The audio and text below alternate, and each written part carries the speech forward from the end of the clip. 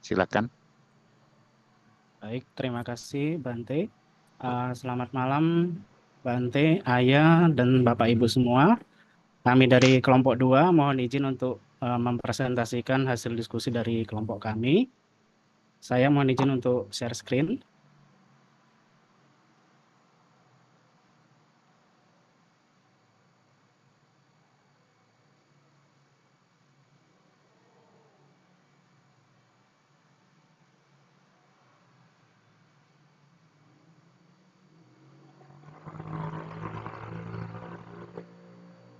Ya, baik. Jadi kami dari kelompok 2 akan mempresentasikan tentang mengembangkan bahan ajar berupa handout pendidikan agama Buddha. Nah, di sini kami kelompok 2 beranggotakan yang pertama ada Pak Werianto, kemudian ada Ayah Simacarini, kemudian saya sendiri Ari Suryana, lalu ada Ibu Pramudita Menata, kemudian ada Ibu Eing Felicia dan juga Pak Aris Munandar. Nah, presentasi akan kami bagi ke dalam 6 bagian. Yang pertama yaitu tentang konsep handout, kemudian yang kedua pentingnya handout dalam pembelajaran, yang ketiga unsur-unsur handout, yang keempat jenis-jenis handout, yang kelima mendesain langkah penyusunan handout, dan yang keenam menyusun handout bahan ajar pendidikan agama Buddha. Baik, selanjutnya untuk bagian yang pertama, saya persilakan kepada Ibu I. Baik, terima kasih. Selamat malam, Bante, Ayah, untuk Yang Pur dan teman-teman semua. Saya mewakili Pak Werianto yang saat ini sedang berada di rumah duka karena beliau salah satu kerabatnya ada yang meninggal. Jadi saya izin untuk memaparkan apa yang sudah disampaikan oleh Pak Werianto. Yang pertama ini adalah tentang konsep handout. Apa itu sebenarnya handout? Handout itu adalah materi yang tertulis yang sudah disiapkan oleh pengajar untuk mendukung proses pembelajaran. Secara singkat, sebenarnya handout ini adalah berisi informasi yang ringkas, padat, sehingga mudah dipahami oleh peserta didik. Pelengkap dari handout ini sendiri adalah berfungsi sebagai pelengkap materi yang disampaikan oleh pengajar. Jadi bukan untuk menggantikan materi utama. Dan handout ini sendiri adalah sebagai pegangan untuk peserta didik. Karena di sini adalah peserta didik dapat menggunakannya sebagai panduan baik di dalam ataupun di luar kelas. Next.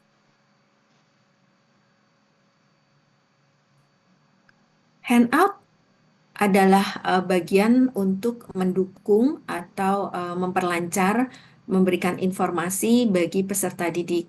Dan handout ini juga berfungsi untuk memperkaya pengetahuan peserta didik ketika dia ingin mempelajarinya lebih lanjut, baik itu di luar materi yang disampaikan ataupun ketika pada saat pembelajaran.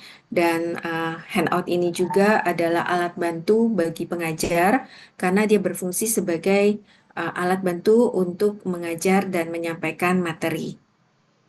Next. Oke, untuk next-nya mungkin saya akan berikan kepada Ayah ya, yang untuk menyampaikannya. Terima kasih. Baik, terima kasih Bu Iing.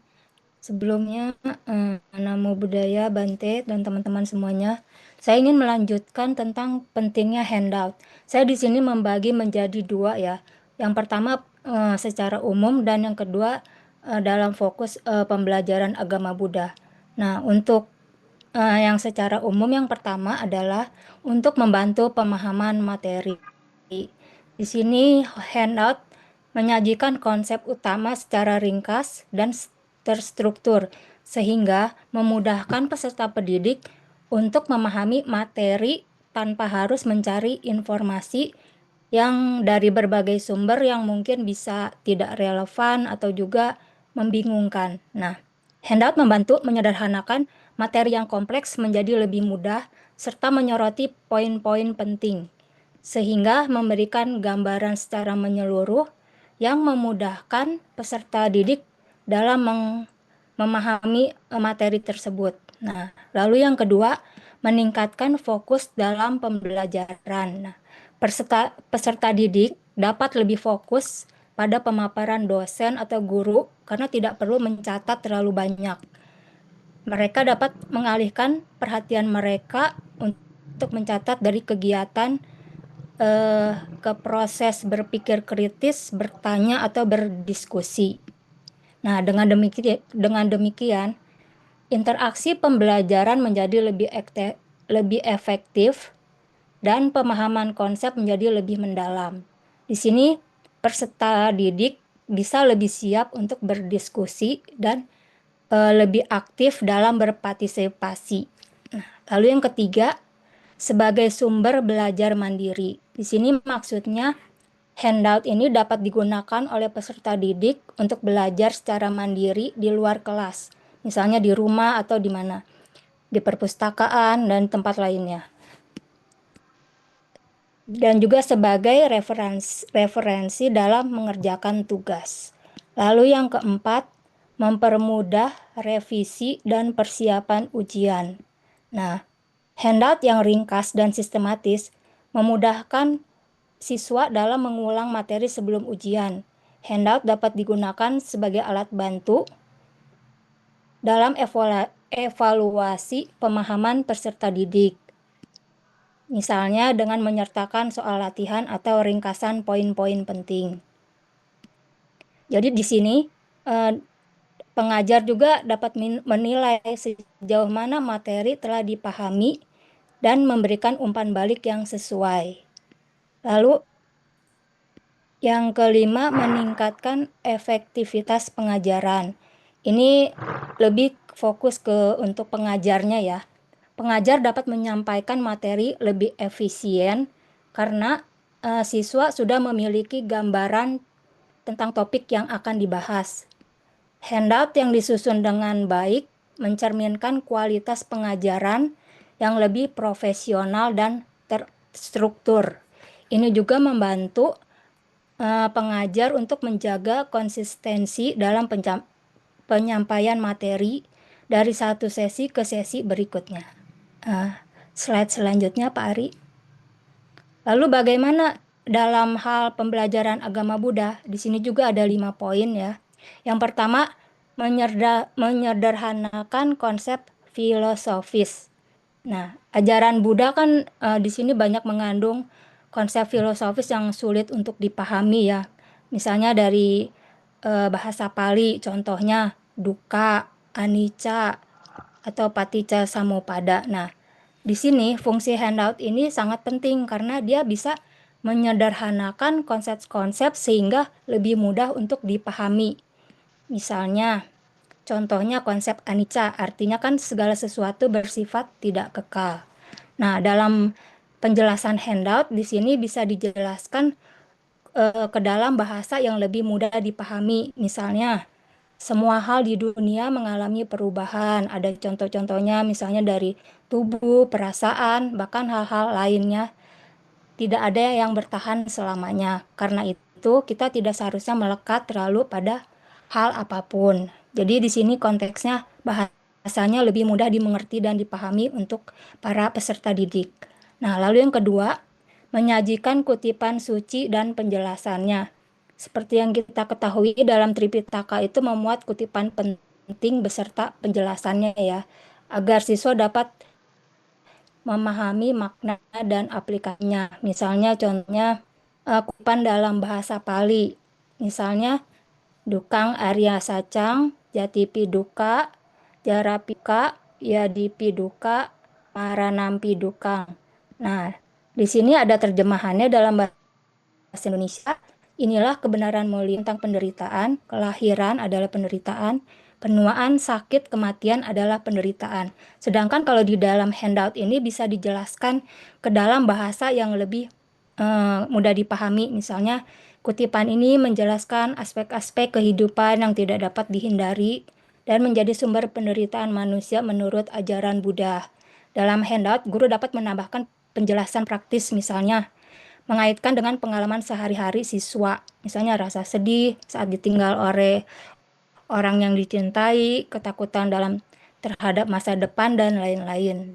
Lalu yang ketiga, menanamkan nilai-nilai moral dan etika.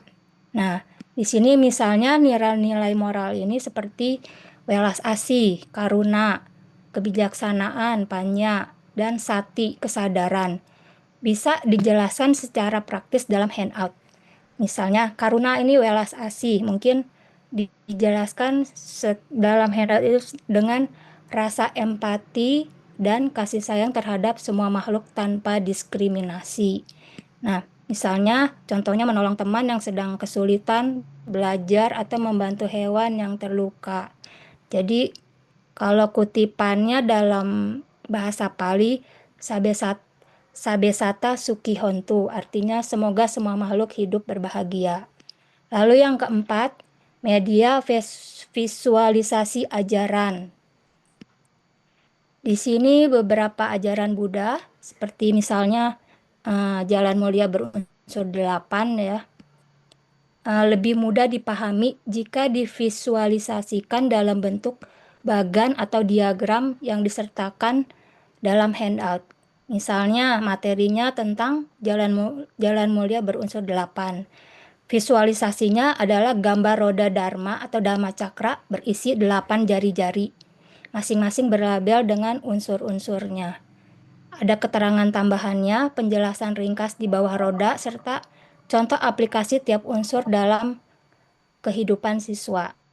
Nah, lalu yang kelima, memfasilitasi diskusi dan refleksi.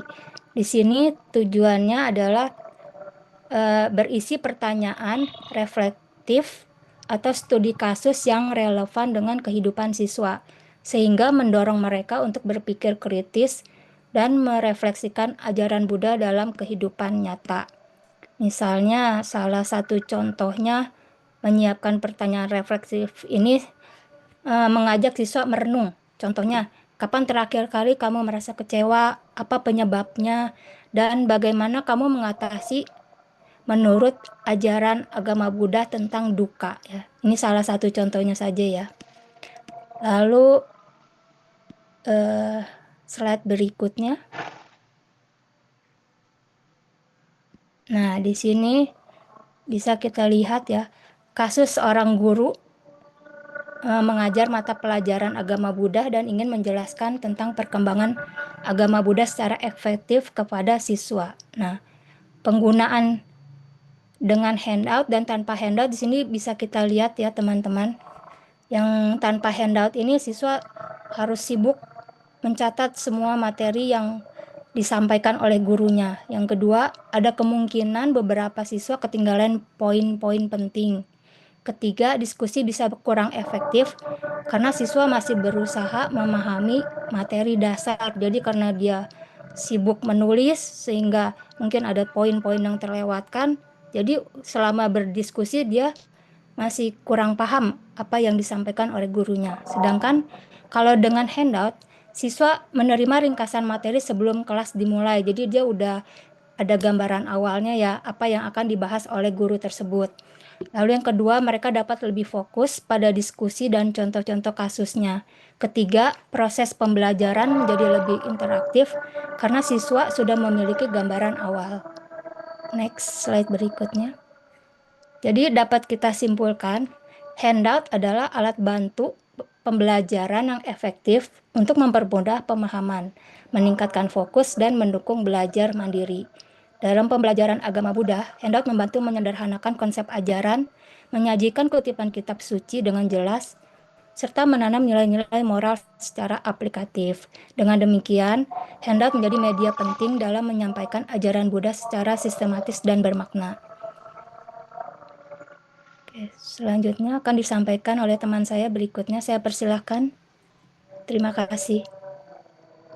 Baik, terima kasih. Selanjutnya bagian ketiga adalah terkait dengan unsur handout. Yang pertama adalah adanya identitas handout itu sendiri. Jadi dalam handout yang diberikan kepada peserta didik hendaknya dilabeli dengan judul yang menarik, kemudian terkait dengan informasi mata pelajaran. Selanjutnya di bawahnya ada bagian tentang tujuan pembelajaran. Nah, ini meliputi tujuan instruksional secara umum maupun secara khusus. Dan bagian yang ketiga dan yang paling penting adalah terkait materi pembelajaran. Nah, di sini ada poin-poin penting ataupun ringkasan materi. Kemudian juga ada penjelasan detail tentang materi yang disampaikan. Lalu poin-poin penting materi ini juga hendaknya disertai dengan contoh ataupun ilustrasi sehingga para peserta didik lebih mudah memahami materi yang sedang disampaikan. Nah, bagian selanjutnya ada latihan ataupun evaluasi. Nah, di dalam handout itu sendiri juga nanti bisa terdapat soal-soal evaluasi terkait dengan materi yang sedang disampaikan. Kemudian catatan penting terkait dengan handout ini adalah yang pertama, memiliki desain yang bersih, rapi, dan mudah dibaca. Jadi, kita juga perlu mempertimbangkan terkait dengan layoutnya, tata letak yang baik, sehingga peserta didik itu sendiri bisa mudah langsung menangkap ketika guru menyampaikan materi yang disampaikan. Kemudian yang kedua juga harus diperhatikan terkait dengan pemilihan jenis dan ukuran huruf yang tepat. Jadi disesuaikan dengan tingkatan peserta didik. Dan yang ketiga, penggunaan gambar, grafik, dan warna ini akan membantu memperjelas konsep dan materi yang disampaikan. Dan selain itu, visual ini juga membantu membuat handout menjadi lebih menarik. Dan yang terakhir adalah penggunaan bahasa yang jelas, ringkas, dan sesuai dengan target audiens. Jadi, bahasa yang kita gunakan dalam handout juga harus diperhatikan dan disesuaikan dengan tingkatan dari peserta didik. Ya, baik, selanjutnya akan dilanjutkan oleh Ibu Pramudita. Saya persilakan. Baik, terima kasih Pak Ari. Untuk selanjutnya saya akan menjelaskan mengenai jenis-jenis handout. Mungkin biasanya Bapak Ibu hanya tahu ya handout itu dalam bentuk buku atau printout saja. Namun pada kenyataannya jenis handout ini dapat dibedakan berdasarkan sifat pembelajarannya, di mana jenis handout tersebut ada yang bersifat praktik dan ada yang bersifat non-praktik.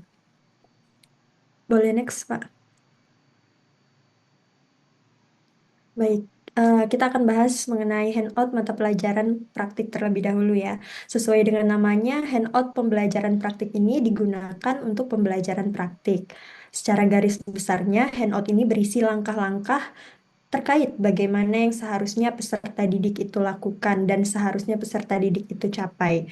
Dan untuk tenaga pendidik itu sendiri, handout pembelajaran praktek ini dituntut untuk mengetahui cara dan instrumen praktik yang ada. Supaya apa? Supaya saat menyampaikan ke peserta didik tentunya tidak mengalami kesalahan, di mana jika perlu dilakukan uji coba tes terlebih dahulu. Dalam handout mata pelajaran praktik ini sebaiknya juga memperhatikan mengenai keselamatan kerja, karena beberapa mata pelajaran tentunya memiliki resiko yang cukup membahayakan seperti pada pelajaran kimia atau pada praktek kimia atau di sekolah menengah kejuruan itu pelistrikan dan elektro itu tentu cukup membahayakan. Nah, susunan handout untuk mata pelajaran praktik ini memiliki beberapa karakteristik. Ada 6 karakteristik. Yang pertama, dalam materi pokok kegiatan praktik ini terdiri atas langkah-langkah kegiatan atau proses yang harus dilakukan oleh peserta didik. Yang kedua, pengalaman dan keterampilan peserta didik tentunya sangat diharapkan dalam penggunaan alat atau instrumen praktik, di mana harus mutlak benar. Karena apabila salah dalam merangkai atau menggunakan alat tersebut, tentunya akan berakibat fatal atau mengalami kerusakan atau bahkan terjadi kecelakaan. Yang ketiga, perlu atau sering dilakukannya pretest terlebih dahulu sebelum peserta didik tersebut memasuki ruangan praktek seperti laboratorium atau bengkel, di mana untuk mengetahui sejauh mana peserta didik tersebut itu telah siap dengan semua yang akan dilakukan dalam praktek nantinya. Yang keempat, penggunaan alat evaluasi yang mana sangat diperlukan untuk umpan balik dan melihat tingkat ketercapaian tujuannya. Yang kelima, ada keselamatan kerja. Dan yang keenam, format identitasnya itu sama dengan penjelasan sebelumnya, sedangkan isi handout disesuaikan dengan kekhususan materinya. Nah, format identitas sama dengan penjelasan sebelumnya ini artinya bagian identitas handout seperti nama, mata pelajaran, kelas, kompetensi dasarnya atau capaian pembelajarannya, nama guru, nama peserta didik, dan lain sebagainya itu mengikuti format yang sudah ditentukan atau dijelaskan. Biasanya sih sesuai dengan standar sekolah atau kurikulum, sedangkan untuk isi handout-nya disesuaikan dengan kekhususan materinya. Maksudnya adalah isi dari handout tersebut tentunya tidak kaku, tapi diatur agar cocok dengan materi praktek yang akan diajarkan. Artinya kalau materinya berbeda-beda, maka bentuk isi handout-nya itu juga bisa berbeda-beda. Misalnya lebih banyak gambar prosedur, langkah-langkah praktiknya, atau instruksi keselamatan kerjanya, dan lain-lain. Next. Yang kedua ada handout mata pelajaran non-praktik. Nah, handout non-praktik ini salah satu pembelajaran yang tentunya tidak memiliki banyak risiko kecelakaan yang membahayakan, tidak seperti yang sebelumnya. Handout non-praktik ini lebih fokus atau condong pada teori, dan tentunya teori ini ditulis berdasarkan rencana pelaksanaan pembelajarannya. Nah, secara garis besarnya handout mata pelajaran non-praktik ini berisi mengenai ringkasan materinya. Ringkasan materi yang hendak diajarkan oleh tenaga pendidik. Tampilannya pun tentunya beragam. Seperti ada yang berbentuk buku, ada yang berbentuk rangkuman, ada yang berbentuk diagram, tabel, slide, dan lain-lain. Adapun format handout mata pelajaran non-praktek itu yang pertama bebas.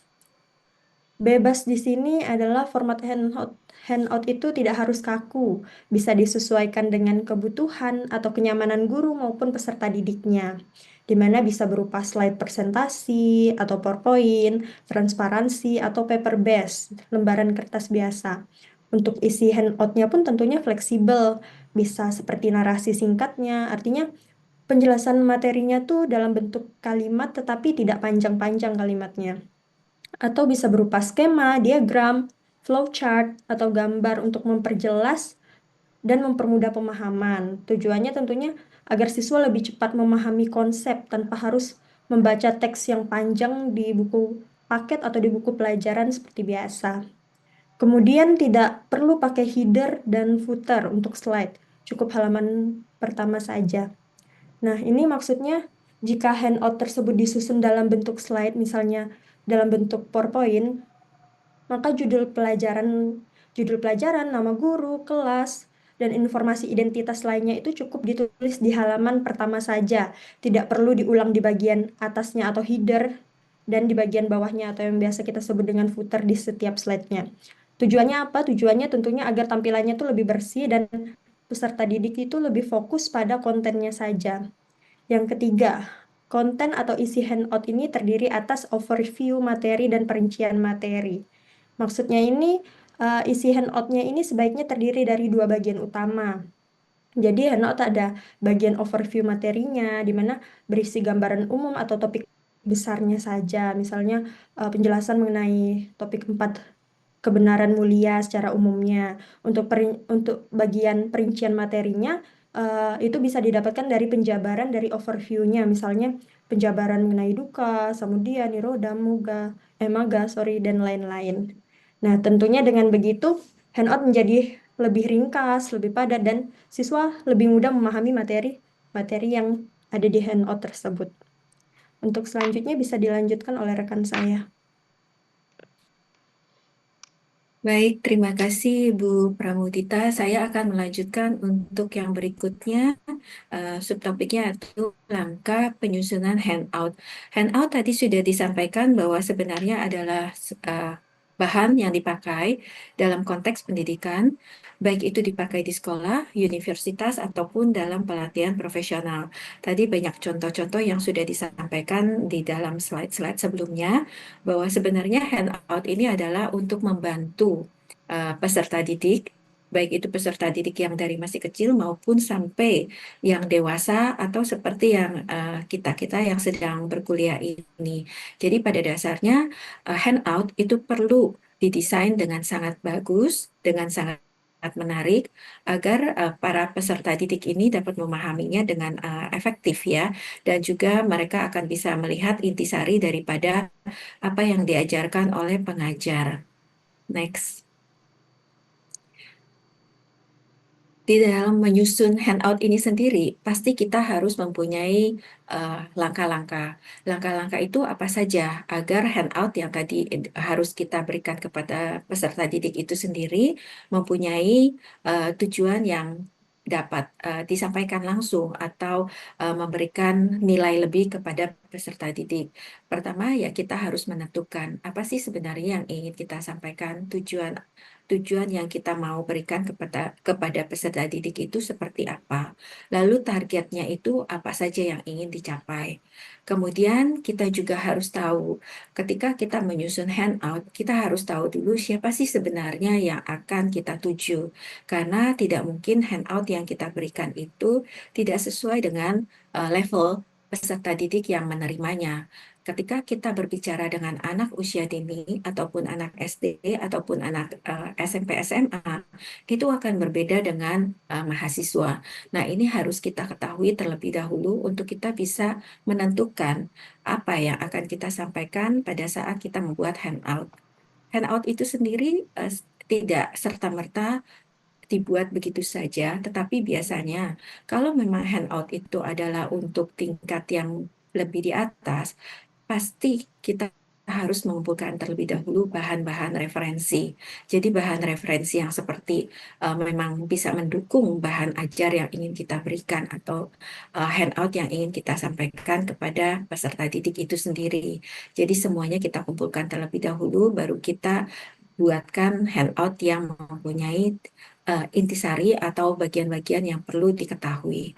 Kemudian tadi juga disampaikan bahwa handout itu harus mempunyai desain yang cukup menarik. Ketika kita berbicara desain, haruslah kita menyusun kerangka terlebih dahulu. Nah, kerangka-kerangka inilah yang harus kita mulai dengan apakah kerangka ini adalah kita memberikan hari, tanggal, lalu siapakah yang akan kita sampaikan, lalu seperti apa sebenarnya pokok-pokok poin yang kita ingin sampaikan kepada peserta didik. Ini kita buat dalam kerangka sub-sub bagian sehingga pada saat peserta didik atau pada saat yang menerimanya itu membacanya itu akan dengan bisa cepat menangkap isi dari handout tersebut. Kemudian yang nomor 5 adalah pada saat penyajian materi itu sendiri juga harus jelas. Jadi tadi disampaikan bahwa tidak perlu ada terlalu banyak secara footnote dan sebagainya, tetapi kita perlu memberikan poin-poin yang yang sangat mendasar atau bagian-bagian yang sangat penting sehingga materi itu bisa dengan cepat dapat dipahami oleh sang pembaca. Gunakan visualisasi. Kenapa kita menggunakan visualisasi? Karena pada dasarnya kita semua adalah banyak sekali visual yang kita ingin lihat. Dengan adanya visual itu sendiri akan lebih mudah bagi pembaca ataupun bagi peserta didik, terutama ketika peserta didik itu adalah peserta didik yang masih berusia di bawah usia 5 tahun atau mungkin SD. Nah, itu banyak kali mereka lebih cenderung menggunakan visual. Jadi, kita usahakan visual itu bisa mendapatkan satu tambahan agar pembaca itu sangat mudah untuk memahaminya. Kemudian yang ketujuh adalah ketika kita ingin melakukan atau kita ingin membuat handout ini sendiri, pastinya kita harus mengevaluasi terlebih dahulu apakah isi daripada handout ini sudah baik, sudah cocok, sudah sesuai dengan sasaran yang ingin kita tuju, dan apabila belum, mungkin kita bisa merevisinya, dan apabila memang kita adalah guru di sekolah ataupun rekan kerja, kita juga bisa meminta bantuan kepada rekan kerja kita atau yang memang ada di lingkungan kerja kita untuk mereview kembali apakah memang itu sudah sesuai dengan bahan-bahan yang ingin kita sampaikan. Next. Baik, nah ini adalah beberapa contoh handout. Yang handout mulai dari paling simple, itu adalah untuk anak-anak yang berada di usia dini. Jadi karena mereka belum mengenal tulisan dengan sangat banyak, nah kita menggunakannya itu secara visual lebih banyak dan juga dengan kata-kata yang tidak terlalu banyak. Jadi wordingnya itu sedikit gitu. sehingga mereka bisa memahaminya dengan mudah. Lalu ada contoh berikutnya yaitu handout yang ada di tengah, itu adalah garis besar saja. Jadi bukan satu persatu dijabarkan, tetapi ini adalah garis besar apa yang ingin dipahami oleh pembaca atau peserta didik sehingga mereka nantinya akan bisa mendapatkan penjelasan lebih lanjut lagi seperti yang tadi disampaikan bahwa sebenarnya handout itu ada yang praktik ataupun non-praktik. Jadi kita bisa menggunakan ini sebagai poin-poin dan nantinya pada saat pembelajaran itu sendiri, itu bisa dibedah lebih lanjut dan bisa dijadikan bahan diskusi dengan peserta didik. Nah, untuk yang bagian kanan itu adalah bagian yang sangat bukan sulit, tetapi lebih lebih mendalam karena memang itu adalah untuk penggunaannya bukanlah untuk anak-anak yang masih berada di tingkatan SD ataupun di bawah SD, tetapi adalah untuk mereka-mereka yang sudah lebih dewasa, yang menggunakan kata-kata lebih banyak, tetapi juga menggunakan poin-poin. Jadi pointer-pointernya itu digunakan agar mereka juga tahu apa sebenarnya materi yang ingin disampaikan dari pengajar kepada peserta didik. Nah, ini adalah beberapa contoh handout dan masih banyak lagi contoh handout yang ada di sana, di luar sana yang mungkin secara memakai PPT dan sebagainya atau poster. Nah, hanya sebagian yang disampaikan di sini ada 3 jenis. Next. Oke. Untuk melakukan atau mendesain handout, pasti kita mungkin kalau sebagian dari kita seperti yang dikatakan oleh Bante, kita usahakan kalau bisa kita juga menggunakan yang namanya bantuan dari AI.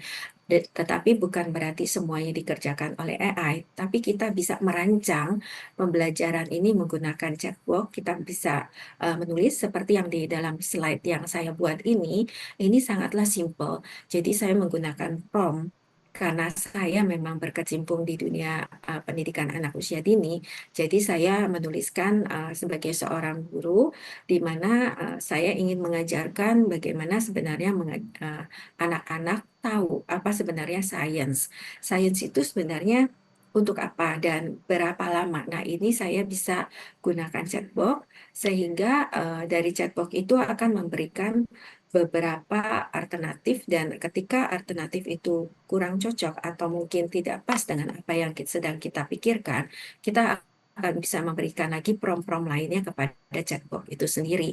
Nah, berikutnya adalah ini contoh lain, next.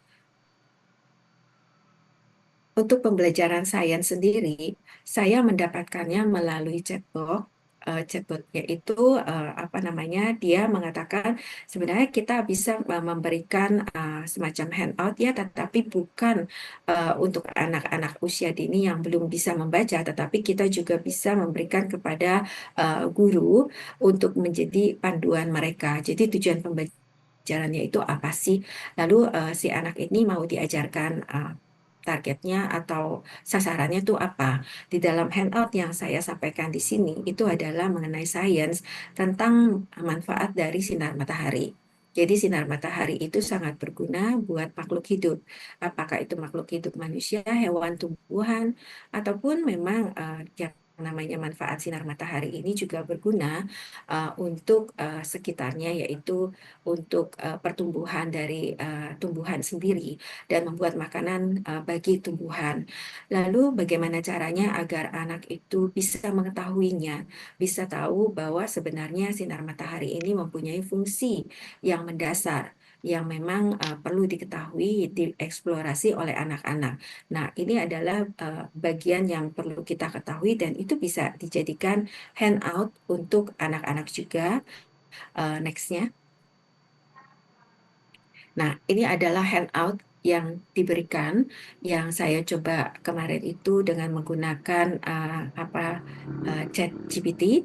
Nah, ini muncul handout untuk anak TK. Jadi, tema itu adalah manfaat sinar matahari. Sebenarnya apa itu matahari? Karena anak-anak juga masih perlu kita dampingi dalam membaca teks seperti ini, sehingga di sini diberikan visualnya. Visualnya itu adalah gambar di mana ada seorang anak yang sedang berjalan di taman dan ada matahari yang bersinar di sana.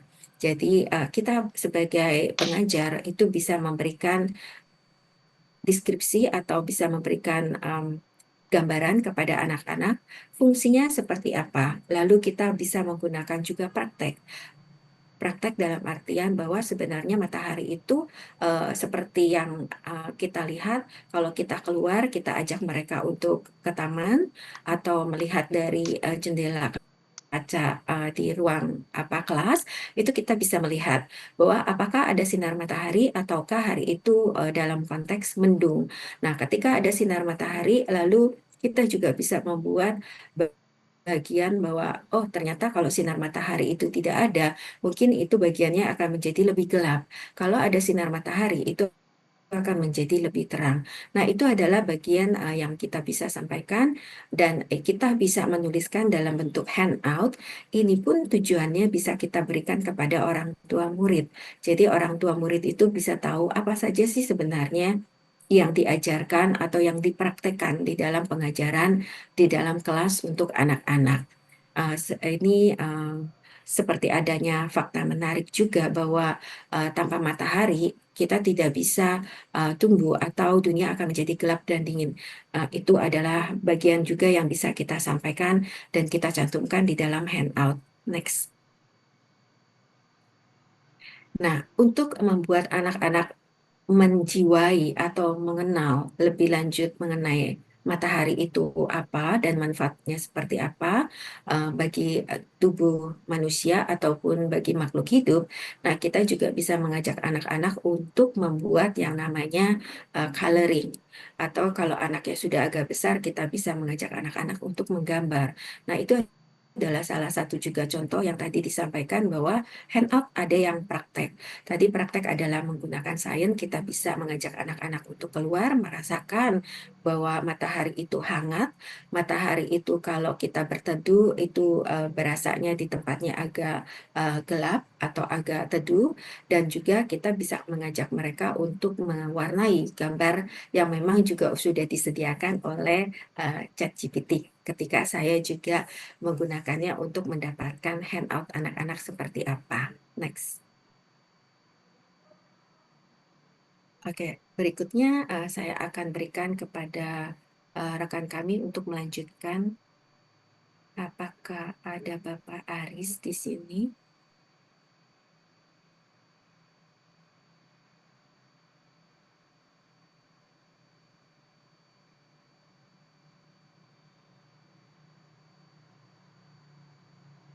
Sepertinya Pak Aris tidak ada ya, teman-teman. Saya tidak tahu apakah ada Pak Aris ya.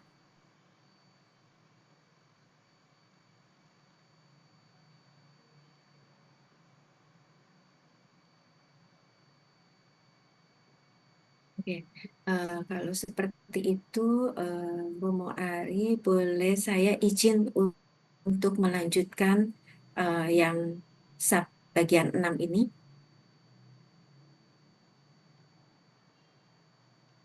Ya, Bu Iing, silakan dilanjutkan untuk bagian 6. Oke, baik. Nah, setelah kita mengetahui langkah-langkahnya, kemudian kita akan mencoba untuk menyusun handout bahan ajar pendidikan agama Buddha. Next. Baik, tadi kita sudah tahu apa saja yang membuat handout itu menjadi efektif. Jadi ada 7 langkah yang harus kita persiapkan agar handout kita menjadi menarik untuk dibaca dan dipahami oleh peserta didik kita. Jadi saya akan lewati saja karena tadi kita sudah ada 7 langkah itu. Nah, kembali lagi saya mencoba untuk berkolaborasi dengan ChatGPT di dalam chatbotnya ini. Saya meminta untuk dibuatkan yang namanya handout atau bahan ajar untuk anak kelas 1 SD. Dan topiknya itu adalah kata nu, kata wedi. Jadi bagaimana bersyukur dan berterima kasih kepada sekitarnya Dan ini adalah salah satunya juga mengembangkan sutta yang ada di dalam agama Buddha. Jadi caranya adalah bahwa kita akan mencoba membuat itu menjadi lebih mudah dipahami oleh anak-anak. Next.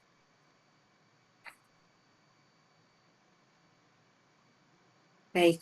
Nah, di sini yang harus diketahui oleh anak-anak terlebih dahulu atau peserta didik yang usianya di usia SD itu sendiri adalah bahwa tujuan awal mereka harus mengetahui arti daripada kata New Kata Wedi itu sendiri.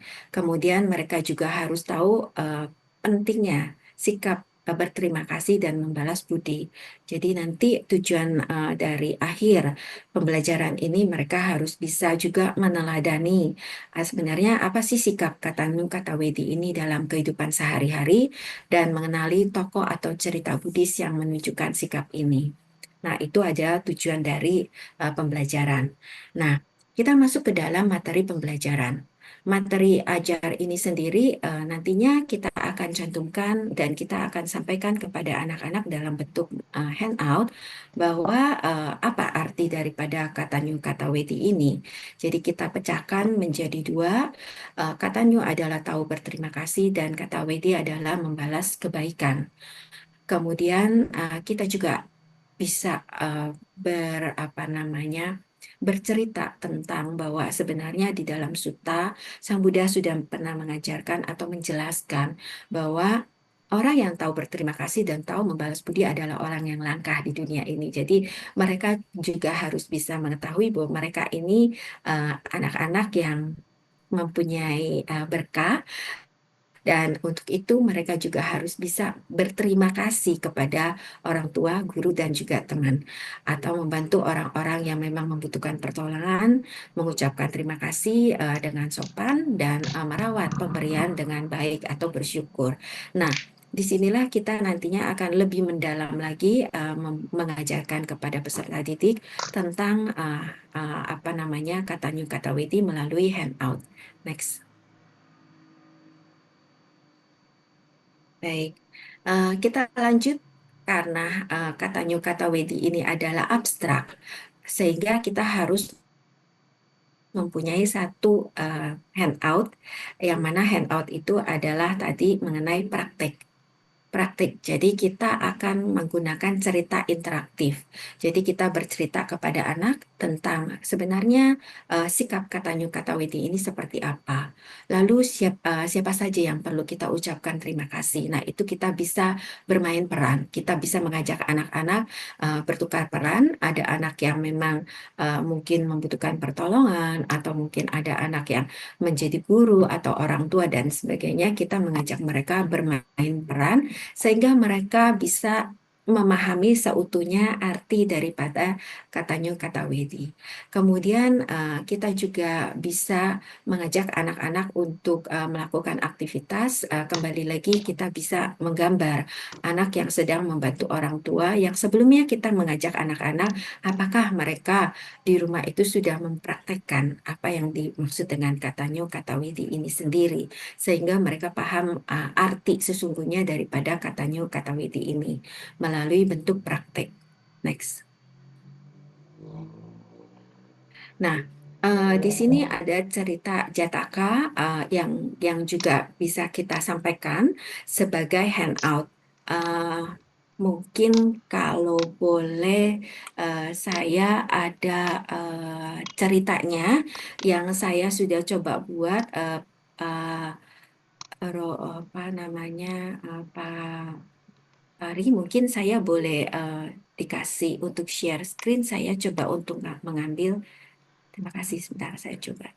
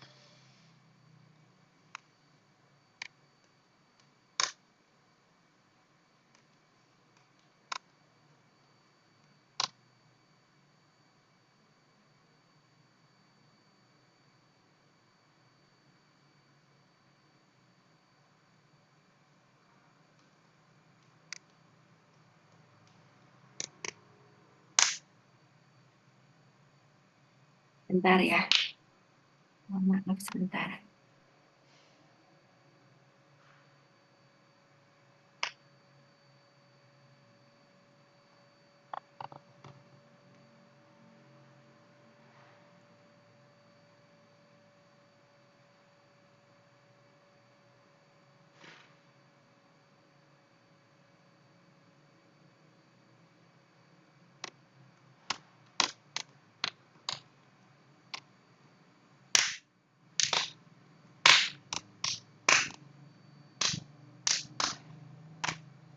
Nah, ini adalah yang saya coba untuk buat dari apa percobaan yang disampaikan oleh teman-teman ketika membuat Google Site.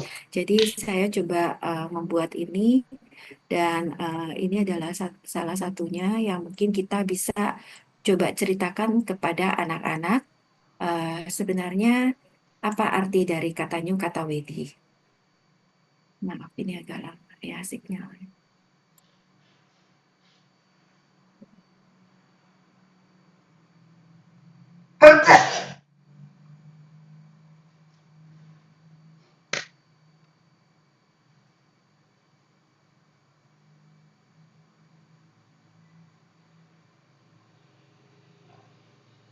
Nah, kita bisa bercerita dengan menggunakan buku cerita yang visual dan saya mohon maaf kembali, ini saya lagi coba-coba dan belum sepenuhnya saya mengerti bagaimana mengoperasikan untuk buku cerita yang bisa berjalan sendiri, apa namanya secara otomatis. Jadi ini masih menggunakan PDF.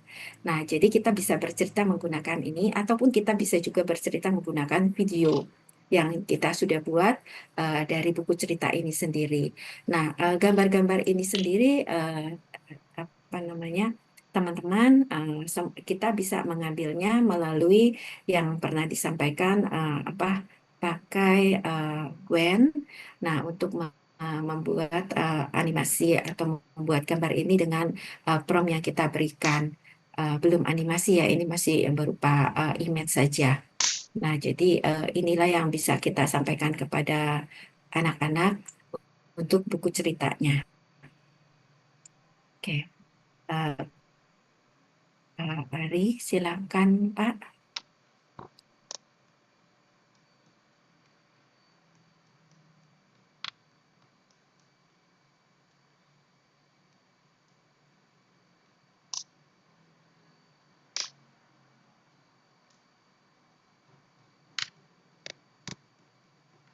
Oke, ini yang tadi ya. Jadi itu buku ceritanya, yang ini adalah secara tulisannya yang dipaparkan di slide tadi ya.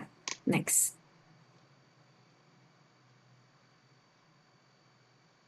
Oke, ini juga tentang handout-nya. Jadi kita bisa memberikan apa sebenarnya nilai dari cerita ini. Jadi kita sampaikan kepada peserta didik apa yang kita inginkan.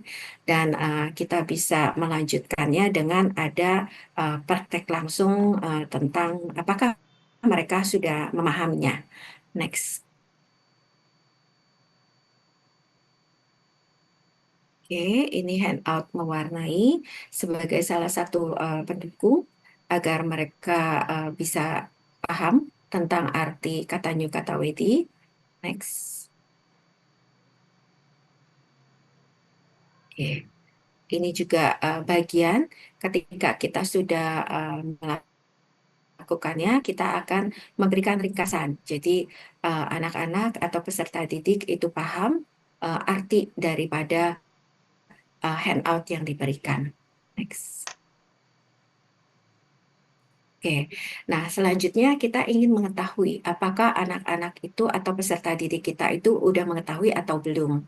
Nah, di sini saya akan mencoba mengajak teman-teman untuk apa namanya bermain dengan word wall. Ini adalah yang ingin saya sampaikan kepada anak-anak. Tetapi dalam bentuk sebagai satu permainan, jadi mereka bisa memilih sendiri. Next. Oke, teman-teman, kalau mau mencobanya, boleh menggunakan word wall. Boleh dibuka word wall-nya, next-nya, Pak Ari. Nextnya lagi, ini adalah bagian nantinya ya yang bisa dipakai. Nah, ini adalah apa namanya yang ada di sana yang pautannya itu bisa digunakan untuk kita mencoba. Sebentar, saya coba akan masukkan ke dalam ini ya, ke dalam apa chatbox ya. Sebentar ya, tadi saya udah ada. Sebentar.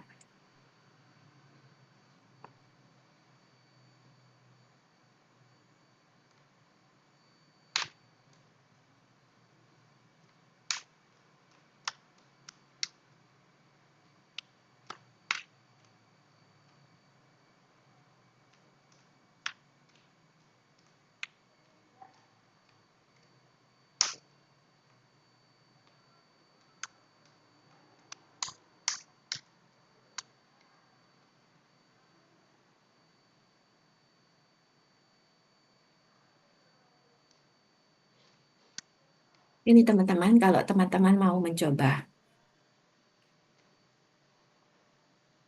ada di chatbox. Teman-teman boleh coba mengisi. Nanti ketika mengisi, kita akan bisa melihat apa namanya, apa yang keluar di sana. Nah, itu ada pilihannya. Jadi kita masukkan nama, kemudian kita akan mencoba untuk praktik bersama. Ini saya juga lagi coba-coba ya.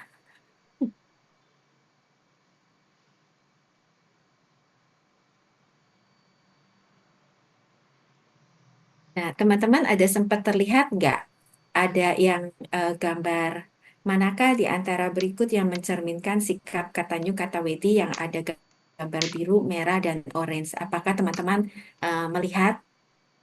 Iya, Bu, terlihat, Bu. Ah ya, nah jadi itu bisa mengajak apa peserta didik untuk bermain bersama. Karena mereka mungkin kalau tulisan semua mereka tidak begitu paham, jadi kita menggunakan visual supaya mereka tahu sebenarnya yang mana sih yang menjadi pilihan. Nah, silakan kalau misalnya teman-teman juga mau coba untuk klik, kalau misalnya benar, berarti dia akan kasih checklist benar. Tapi kalau misalnya salah, dia akan kasih tahu. Dan di sini saya coba membuat untuk 2 soal ya. Jadi untuk mengetahui pemahaman dari peserta didik itu sendiri, apakah mereka sudah paham sebenarnya apa sih yang dimaksud dengan katanya kata witi itu sendiri. Oke. Nah, untuk pembuatannya sangat mudah, teman-teman. Jadi tinggal masuk aja ke word wall itu sendiri. Nah, di sana nanti ada apa namanya, ada pilihan mau jenisnya seperti apa. Nah, itu tinggal dipilih dan tinggal diisi. Jadi kita bisa mendapatkan pilihan yang cukup banyak di sana.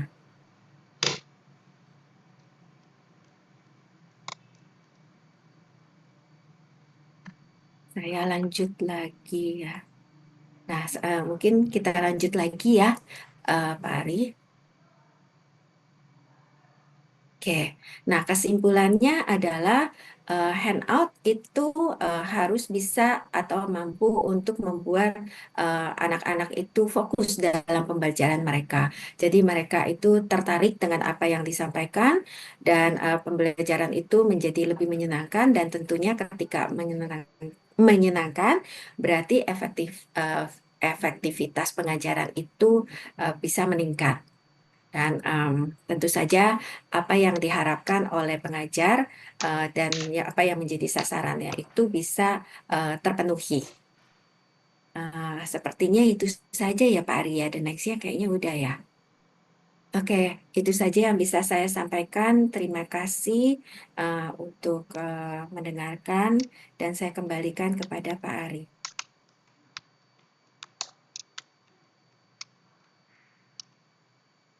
Ya, baik, demikian paparan presentasi dari kelompok kami, kelompok 2. Untuk selanjutnya, bagi teman-teman yang ingin berdiskusi, kami persilakan.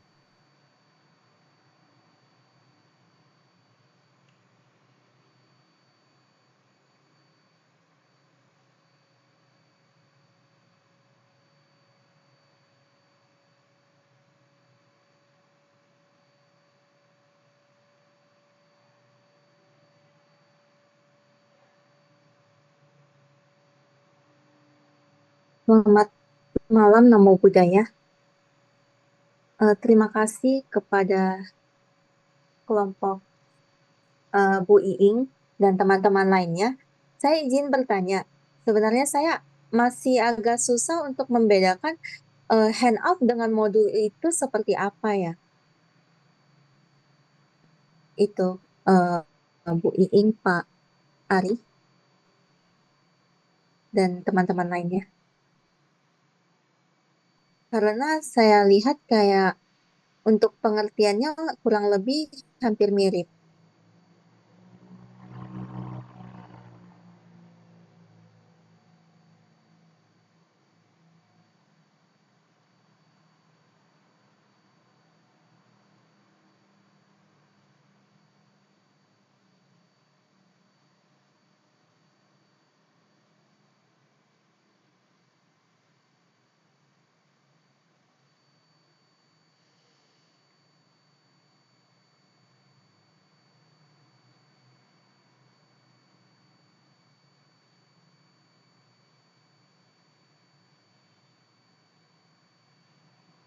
Baik, oke. Terima kasih Bu Jesslyn atas pertanyaannya. Mungkin saya izin menjawab, izin menanggapi. Kalau menurut saya mungkin modul ajar itu isiannya lebih lengkap ya. Jadi berisi panduan penggunaan dan segala macamnya jadi lebih lengkap. Sedangkan untuk handout itu sendiri itu lebih ringkas seperti tadi yang sudah disampaikan bahwa memang hanya terdiri atas poin-poin saja. Jadi hanya sebagai alat bantu bagi seorang guru untuk memaparkan materi yang ingin disampaikan. Nah, di handout itu sendiri tujuannya adalah untuk membantu agar proses pembelajaran itu bisa berjalan dengan baik. Nah, sedangkan modul ajar itu nanti fungsinya adalah sebagai pedoman untuk guru bagaimana melaksanakan pembelajaran. Jadi kan kalau di modul ajar itu kita bisa lihat ada kompetensi yang ingin dicapai, kemudian strategi pembelajarannya seperti apa, media pembelajaran yang digunakan apa. Nah, jadi kalau handout itu diberikan kepada peserta didik, sedangkan modul ajar ini bisa sebagai pedoman untuk guru itu sendiri dalam melaksanakan kegiatan pembelajaran. Mungkin kalau menurut saya seperti itu. Jika ada teman-teman yang ingin menambahkan, kami persilakan.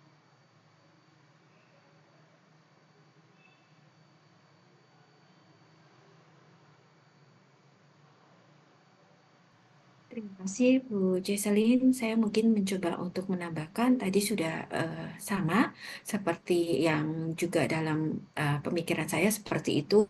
Mungkin tambahan dari saya lebih mengarah kepada kalau modul itu adalah sumber utama belajar. Jadi memang memang maksudnya bentuknya itu lebih lebih banyak ya, bisa bisa puluhan halaman. Nah, kalau untuk yang handout itu ya cuma selembar-selembar seperti itu.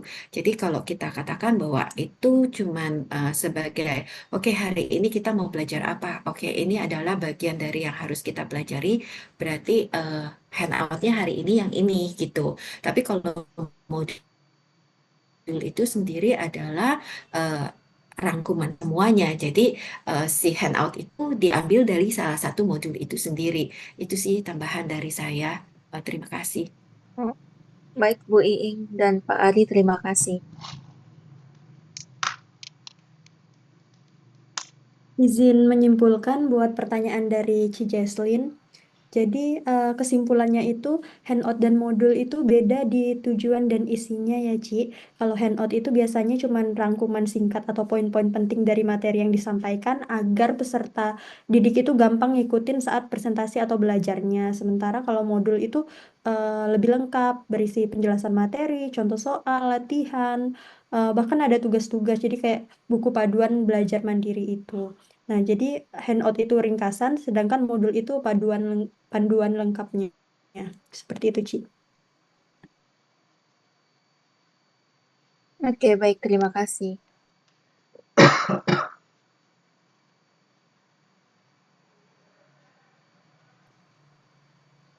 Silakan teman-teman yang lain, Bapak dan Ibu, Ayah, yang luhur, mungkin ada yang lainnya yang mungkin kita bisa diskusikan bersama.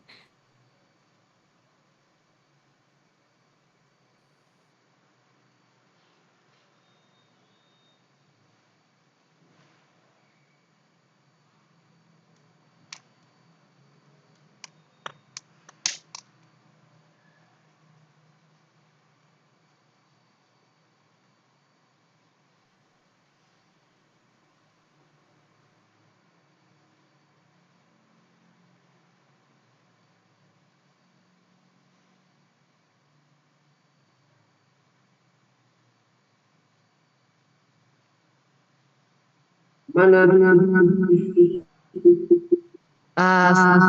malam. Saya mau bertanya karena saya masih bingung nih.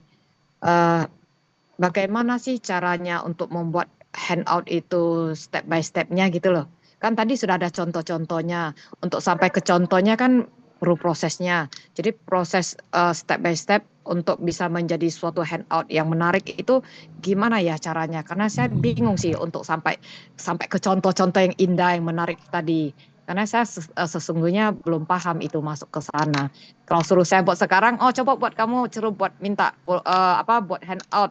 Kan tadi sudah ada materinya, sudah belajar nih. Terus terang saya belum bisa. Begitu kira-kira. Tolong ya, makasih.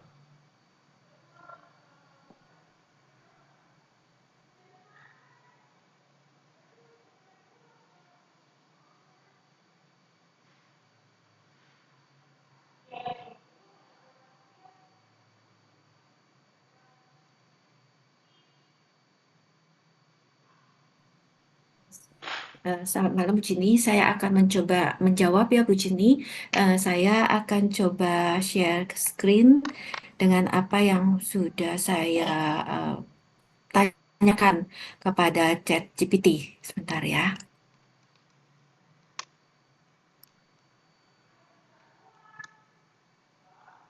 Apakah terlihat? Nah, ini salah satunya. Jadi kalau untuk handout sendiri, karena memang itu adalah cuman apa singkat gitu ya, bukan bukan modul ajar. Nah, itu adalah kita bisa mulai dengan apa sih yang kita inginkan. Tadi yang pertama itu ada beberapa ya yang menjadi langkah-langkah kita. Berarti kita harus tahu dulu tujuan kita tuh apa, lalu kepada siapa yang akan kita tujukan, lalu apa sih yang akan kita kita sampaikan gitu kan. Dan kemudian kita juga bisa masuk ke dalam bagian kalau kita mau memberikan yang lebih lengkap. Nah, itu adalah seperti ini. Jadi ini kenapa?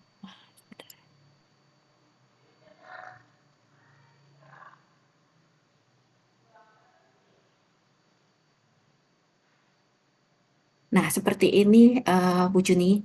Jadi dia ada kasih, dia bilang kalau misalnya handout itu, jadi kalau untuk, karena ini tujuannya kan untuk anak-anak yang masih TK ya, jadi memang sangat simpel. Nah, jadi hanyalah nama tanggal, terus udah gitu kita kasih warna, karena kita ingin anak-anak tuh paham gitu kan, sebenarnya yang namanya matahari itu apa sih, siapakah dia matahari itu. Nah, jadi kita berikan yang namanya gambar matahari supaya mereka bisa mau mewarnai. Selanjutnya adalah karena kita juga ingin mereka tahu, tadi juga ada bagian di mana kita memberikan panduan eh, anak-anak supaya kayak semacam pretest, tapi bukan bukan pretest beneran karena memang kita masih melakukan pendampingan ya. Jadi kita akan tampilkan tuh yang namanya gambar-gambar siapa sih yang membutuhkan matahari. Jadi anak-anak itu paham, oh ternyata yang membutuhkan itu adalah tumbuhan. Oh yang membutuhkan itu adalah apa namanya burung yang ada di luar. Kalau kucing yang masih tidur itu perlu nggak sih seperti itu. Nah itu adalah untuk mereka-mereka bisa mengetahuinya. Lanjut kita juga kalau misalnya kita ingin tahu lebih mendalam, tadi salah satunya juga dengan menggunakan yang namanya word wall. Nah, word wall yang tadi saya sampaikan itu adalah memang anak-anak sudah bisa melihat atau membaca ya, tapi simpelnya kalaupun tidak bisa membaca secara keseluruhan ya, itu mereka bisa ada visualnya. Yang tadi word wall itu bisa di print out. Jadi kita bisa menggunakan lembar kerja ya untuk dikasih ke anak-anak untuk di checklist seperti itu. Nah, kemudian kita bisa lanjutkan dengan yang namanya memberikan cerita-cerita yang tadi saya juga sampaikan melalui cerita Jataka. Nah, kita juga bisa memberikan catatan kecil kepada orang tua untuk mereka pelajari di rumah. Nah, langkah-langkahnya itu adalah seperti itu, Bu Juni. Jadi memang kita harus tahu dulu, baru kita menyusun sesuai dengan apa yang kita inginkan untuk menjadi handout. Yang intinya handout itu adalah ringkasan singkat untuk mereka itu tahu seperti apa sih pembelajaran yang ingin disampaikan oleh pengajar. Demikian dari saya, mungkin dari teman-teman ada yang bisa menambahkan atau mau menjelaskan lebih lanjut, silakan. Terima kasih.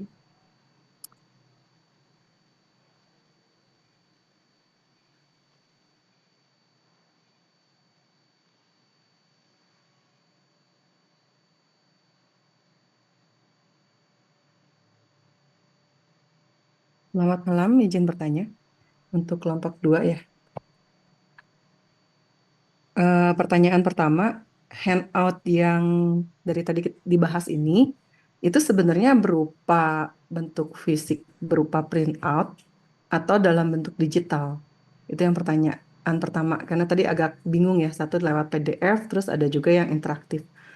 Lalu jika itu berupa PDF, bagaimana interaktif atau interaksi antara siswa dengan handout tersebut gitu. Tapi kalau berupa digital, bentuknya nanti seperti apa ya? Karena saya kurang kebayang juga. Atau memang ini gabungan keduanya? Mohon penjelasannya, terima kasih.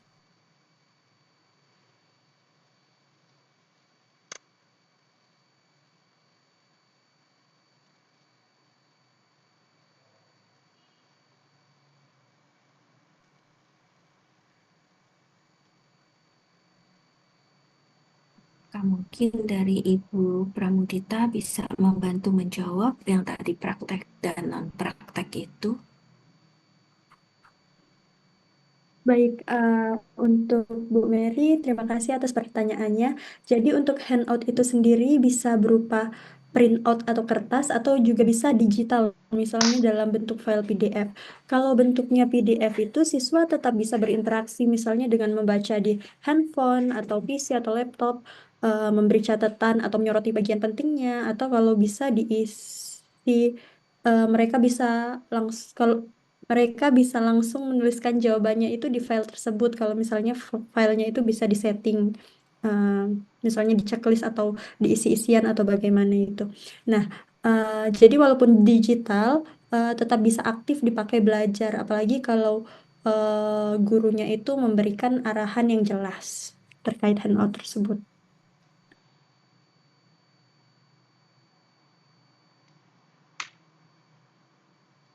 Oke, mungkin bisa ditunjukkan ya, karena saya juga kurang ngerti kalau PDF itu bisa ada interaksinya gitu. Setahu saya kalau PDF itu cuma bisa dicoret-coret, ditandain. Nah, terus kan tadi ada games. Kalau games itu kan kayaknya apakah bisa gitu kalau lewat PDF gitu. Saya izin menjawab, Bu Mary, kalau game memang tidak bisa dengan PDF ya, karena kayak tadi word wall itu sebenarnya kalau misalnya kita mau langsung interaktifnya, itu kita bisa menggunakan word wall itu langsung dengan yang tadi. Jadi teman-teman atau anak-anak itu bisa langsung mengisi dengan namanya dan kita bisa lihat apakah mereka tahu atau tidak. Dan biasanya kalau misalnya di sekolah kita bisa langsung buka gitu loh, langsung buka. Nah, di situ kita ajak mereka untuk satu kelas itu karena kita kan sekarang sudah bukan lagi online class, kita sudah offline class, tapi kita masih bisa menggunakan yang namanya word wall itu kita buka, kita proyektorkan dan kita sama-sama menggunakan itu dan mereka bisa menjawab secara mereka yang ada di kelas itu bisa mengatakan, oh ini sebenarnya yang harusnya tuh yang ini dan yang itu. Jadi itu adalah secara interaktifnya itu bisa kita peroleh walaupun hanya menggunakan word wall, tapi kita buka satu dan kita sorot ke dinding dan itu bisa dijawab rame-rame. Tetapi kalau kita ingin menggunakannya sebagai kayak semacam tes, nah itu kita bisa print out. Jadi kita print out itu sebagai lembar kertas, lembar kerja, dan itu kita berikan kepada setiap anak karena di situ sudah ada gambar dan di situ sudah ada tulisan dan mereka bisa checklist sendiri dan kita bisa tahu sebenarnya anak-anak itu sudah mengerti atau belum. Namun kembali lagi perlu ada apa namanya pengarahan dari guru supaya mereka paham sebenarnya apa yang harus dilakukan. Nah, itu kalau berbicara yang tadi ya, berbicara untuk word wall sendiri. Jadi PDF itu hanya lebih kepada yaitu hasil print out-nya gitu. Tapi kalau untuk berinteraksinya sendiri bisa langsung kita menggunakannya itu di kelas dengan rame-rame kita buka dan mereka bisa kasih tahu, oh ya aku pilih ini, aku pilih itu. Seperti itu sih Bu Mary, kalau dari jawabannya saya. Semoga itu bisa menjawab. Terima Oke, kasih. terima kasih atas penjelasannya. Namun jadi tadi yang saya pikirkan yang pertanyaan di awal itu, apakah berupa printout atau digital? Kenapa? Jika ini ada PDF dan ada interaksi, berarti apakah games interaktif itu terpisah dari handout-nya atau memang ada satu cara untuk nge-link gitu dari si PDF-nya atau bagaimana? Karena tadi kalau saya di ini ya mau di print atau segala macam, nah itu kan berarti hanya seperti mengerjakan tugas saja di lembar kerja. Nah tadi betul yang disampaikan Bu Iing bahwa anak itu kan di kelas bisa dibawa ke ruangan multimedia mungkin lalu mengerjakan bersama-sama. Lalu pertanyaannya si fungsi handout ini sekarang berupa PDF-nya, digitalnya, terintegrasi atau terpisah, Bu? Baik, Bu. Kalau misalnya dikatakan terpisah, ya bisa terpisah, Bu. Jadi tergantung dari gurunya dia mau menggunakan yang mana. Nah, tapi bisa diintegrasikan. Maksudnya diintegrasikan itu adalah bahwa oke, gurunya sudah menerangkan dalam artian rame-rame ya menggunakan multimedia itu rame-rame dan udah dikasih tahu oke, pilihannya apa? Oke, pilihannya misalnya A, B, C, D gitu kan. Nah, anak-anak sudah tahu. Tetapi kita bisa integrasikan dengan hasil dari printout itu sendiri. Kita kepingin tahu sebenarnya yang tadi disampaikan itu apakah anak-anak fokus, apakah anak-anak udah paham. Berarti kita menggunakan yang namanya printingnya atau printoutnya itu kita coba kembali. Oke, kalian boleh mengisi kembali tadi yang sudah dipelajari bersama-sama melalui digital itu sendiri. Jadi itu bisa ada keterkaitannya ya. Apakah benar mereka itu tahu, udah paham? Karena tadi sebelumnya kan sudah ada pembelajaran. Nah, seperti itu Ibu. Jadi bisa digunakan kedua-duanya karena itu kembali lagi tergantung dari si pengajar itu sendiri maunya seperti apa. Karena handout itu tadi sudah disampaikan itu bisa non praktek ataupun praktek. Jadi kita bisa memilih yang mana yang kita inginkan.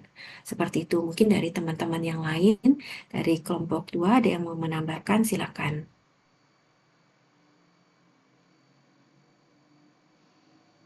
Baik, mungkin saya izin menambahkan sedikit. Jadi terkait dengan handout itu sendiri kan tadi sebagai alat bantu dalam kegiatan pembelajaran.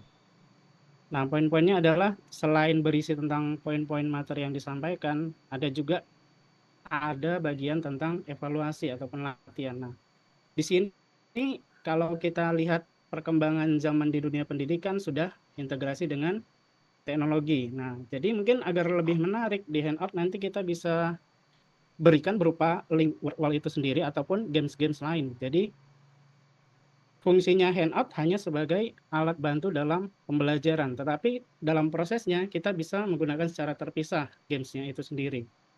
Mungkin seperti itu, Bu Mary.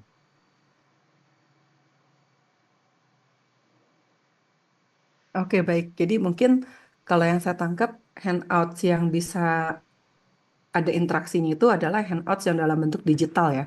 Karena kalau sudah di print kan nggak mungkin di klik-klik itu linknya kan, terus ngelink ngebuka ke gamesnya. Apakah benar demikian? Ya, betul, Bu.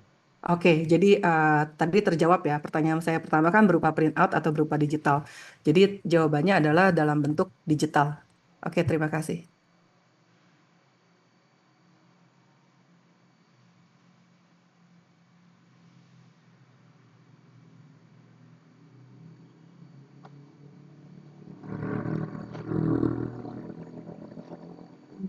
Apakah masih ada Untuk lagi yang lainnya? menambahkan dari Mbak Mary tadi ya, walaupun print out itu bisa juga melakukan interaktif. Bisa disiapin seperti QR code gitu ya. Di code-nya itu yang ditempelin di print out-nya itu. Sehingga begitu melihat apa namanya melihat gambar kemudian di scan pakai QR code-nya bisa juga dengan dalam bentuk eh, apa namanya lebih ke augmented reality AR. AR juga bisa langsung diarahkan HP ke tulisan itu langsung keluar gambarnya, langsung keluar gambar. Jadi sebenarnya walaupun itu print out, tapi kalau memang udah berbasis digital itu juga bisa seperti itu. Jadi tidak hanya setelah hanya bentuknya digital, tidak di print pun bisa. Jadi ada tulisan atau bentuk gambar tulisan meditasi. Begitu di scan tulisannya itu langsung keluar gambar meditasi begitu ya. Gitu. Ya, kemudian lebih seperti itu. Oke, baik, terima kasih Bante. Terjawab dari printout masih bisa melakukan interaksi dengan cara nge-scan itu ya Bante. Jadi ada 2 device ya. Oke, terima kasih banyak Bante.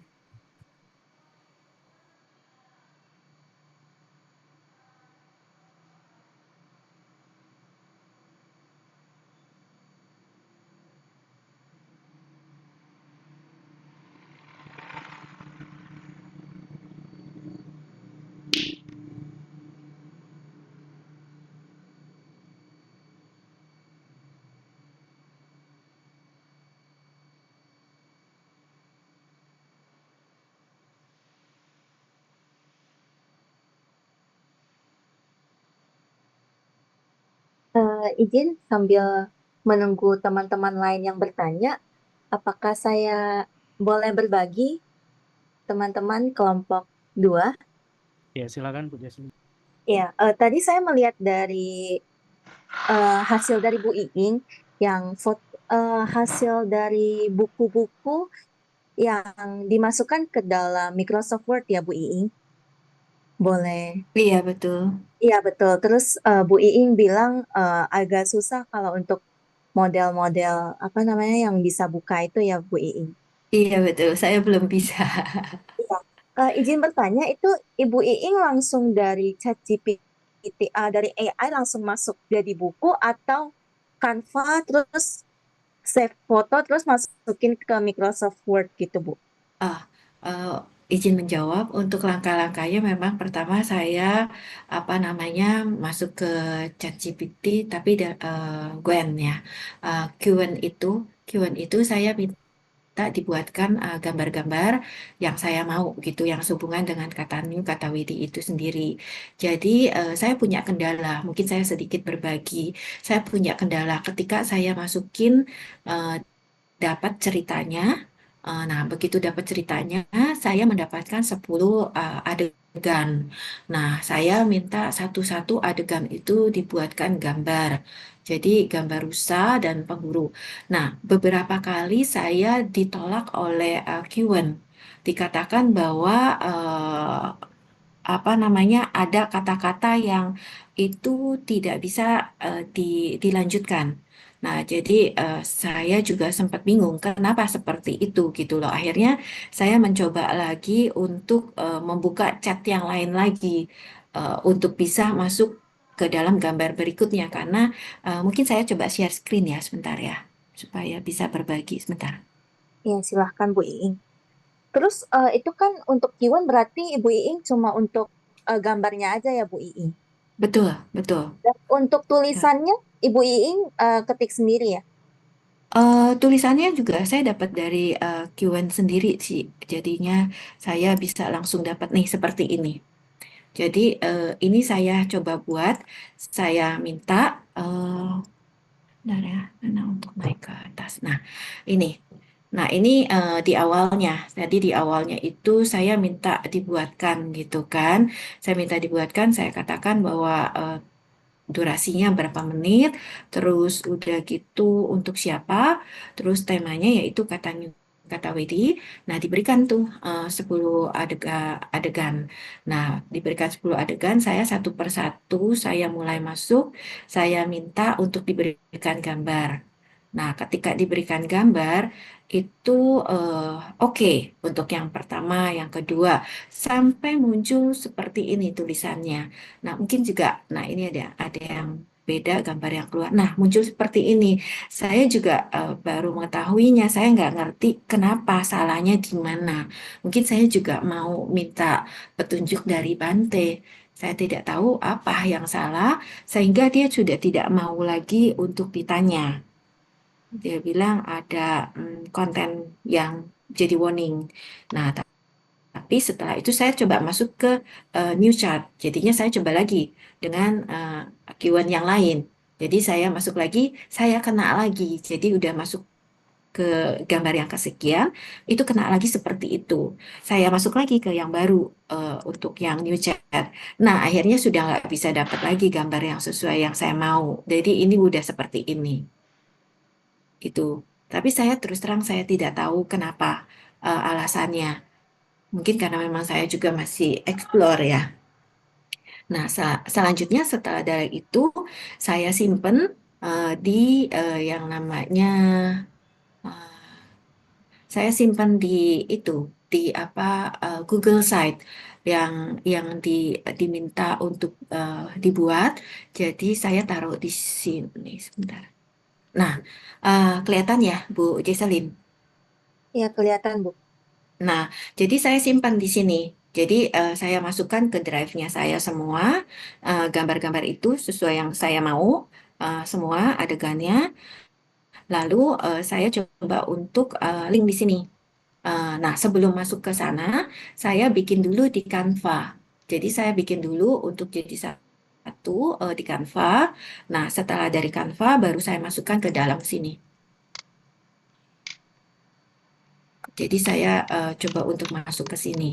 Jadi ada videonya, masih sama karena saya masih bereksplorasi. Jadi saya hanya menggunakan apa yang sudah saya coba.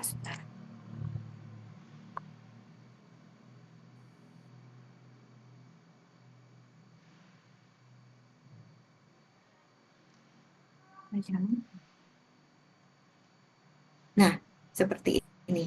Jadi itu videonya saya lagi mencoba-coba. Dia, Oh, ini berarti yang videonya ya, aku kira yang buku. iya ya, yang buku iya, yang buku yang tadi PDF. Ini yang videonya. Jadi ini yang videonya saya mencoba untuk membuatnya gitu. Awalnya memang dalam bentuk PDF itu, dalam bentuk buku. Oh, terus yang Ini. Bu Iing tadi kendala itu tadi yang dari foto masukin ke Microsoft Word itu kendalanya di Eh, mana, sa- Bu? saya pakainya di Canva. Saya Oh, pakai di Canva ini. Jadi ini saya pakai di Canva. oh, maksudnya ukurannya dan cara bukanya gitu ya? Iya ya, saya belum mengerti karena kalau misalnya ini kan harus satu persatu kita turunin gitu kan, satu persatu.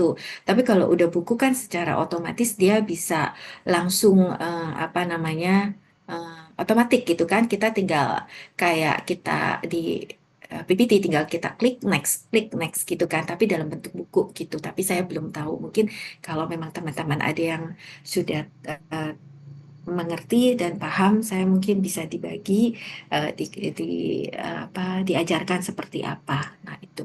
Oke, baik, Bu. Ini buku ceritanya. Saya Kasih, Bu. izin share ya, Bu ya, Boleh, sepengetahuan saya boleh. aja. Oke, Oke. boleh di close. Nah, jadi saya juga seperti Bu Iing. Jadi yang pertama kan kita setelah ngedesain semuanya, kemudian ditaruh di Canva, ya kan, Bu? Nah, kita seperti biasa download menjadi PDF. Kelihatan ya, Bu ya? Iya, kelihatan, Bu. Nah, kemudian saya itu pakai eh, ini, Bu, Flip HTML. Jadi modelnya itu nanti kayak gini, Bu.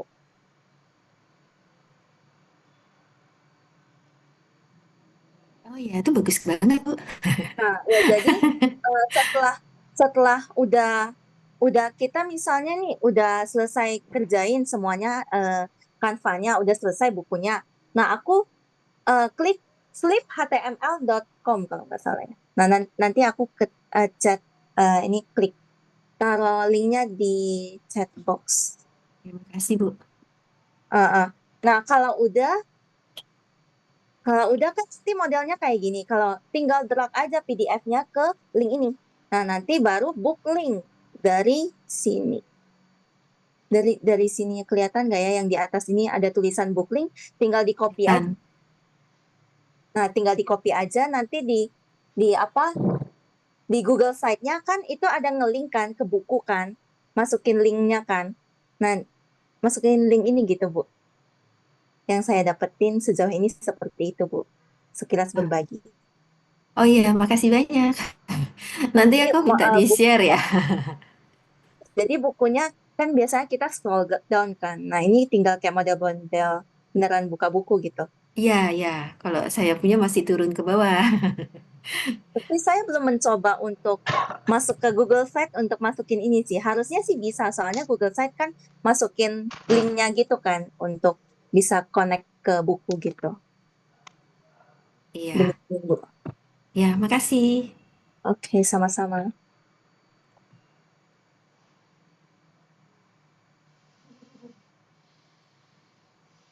Kok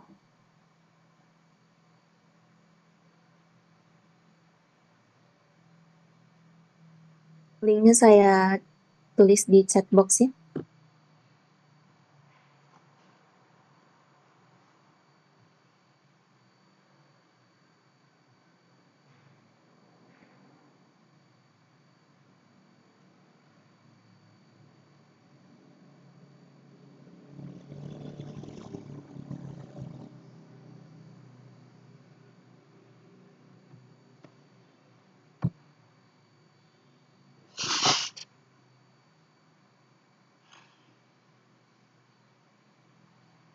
Sebenarnya izin jujur, sebenarnya saya juga kadang mirip kayak Bu Iing, tapi saya konteksnya di chat GPT yang seperti Bu Iing yang sampai ada katanya nggak bisa apa namanya menghasilkan gambar lagi. Jadi kalau di chat GPT teman-teman, kalau ada kata kekerasan atau yang negatif gitu dari chat GPT itu nggak dikasih untuk membuat gambarnya. Soalnya kemarin saya coba nih ada anak kecil eh, memukul memukul kucing gitu. Nah, dari ChatGPT nggak dikeluarin gambarnya gitu. Jadi dari ChatGPT pun seperti itu. Oh, Gitu. berarti kata memukulnya itu kali ya. Ya, karena ada kayak negatif-negatifnya kan, jadi nggak Ah, dikasih. Bisa ya, jadi ya, yang ya. hewan juga gitu. Atau bisa juga karena kita udah over bertanya, over. Iya, Jadi mungkin dia lelah. iya. Kalau untuk ChatGPT, mungkin kalau saya juga boleh berbagi, ChatGPT kemarin saya juga sempat bertanya apa untuk dibuatkan gambar, tapi memang bukan gambar yang ini yang tadi. Nah, itu dia cuman kalau nggak salah maksimal itu cuman eh, kayaknya cuman tuh 7-8 gambar karena memang masih gratisan punya kalau punya saya belum berbayar.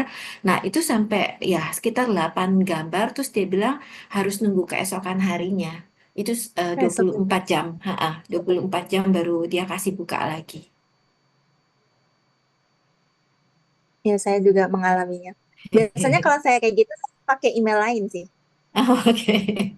Iya, betul-betul. begitu.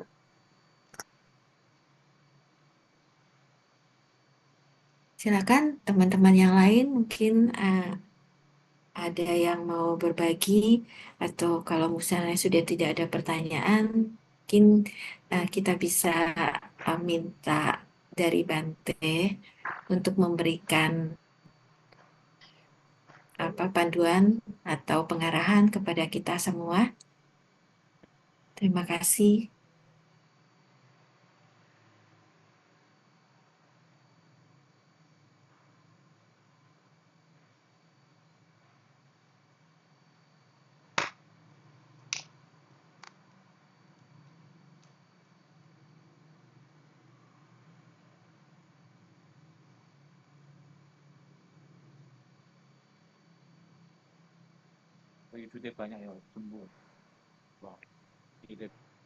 Baik, jadi pada prinsipnya kalau membuat apa namanya berbagai media ini betul-betul diperhatikan ya. Tidak bisa kemudian kita mau membuat baik gambar maupun yang lain tiba-tiba kita harus minta langsung jadi seperti itu ya.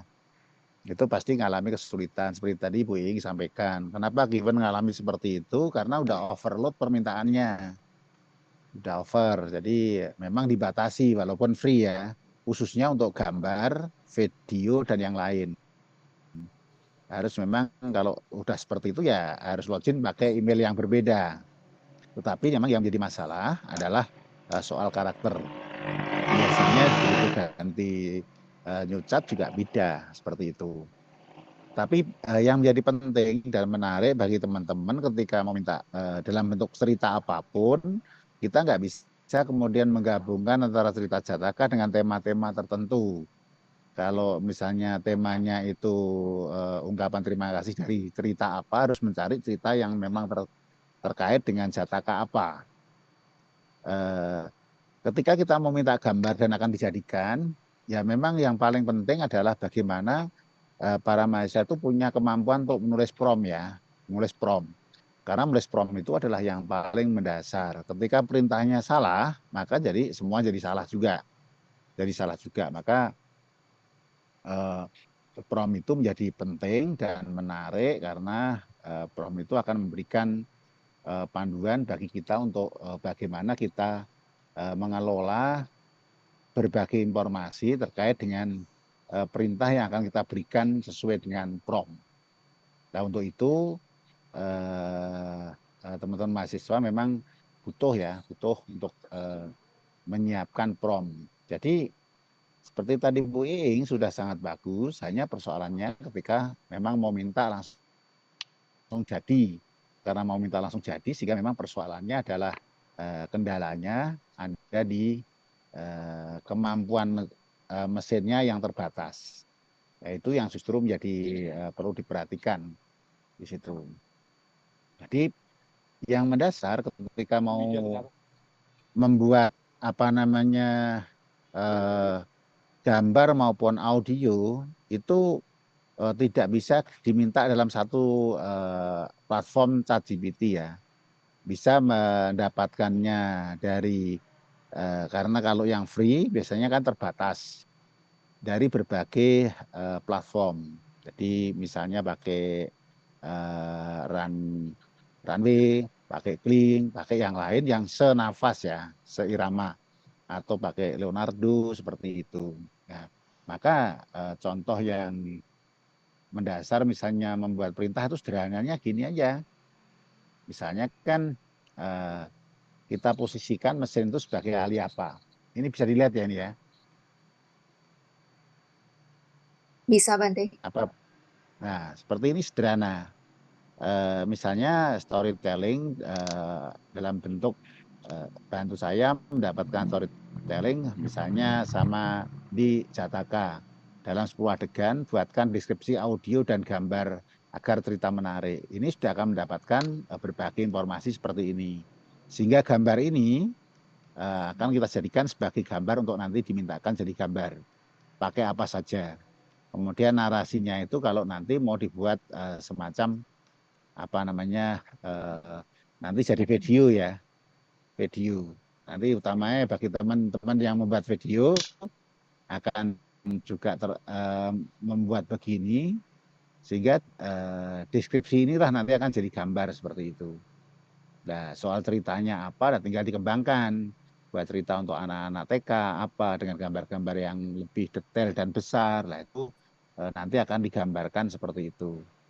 Jadi nggak bisa kemudian kita minta dalam waktu yang sama semua keluar gambarnya seperti itu. Ini nggak bisa begitu ya.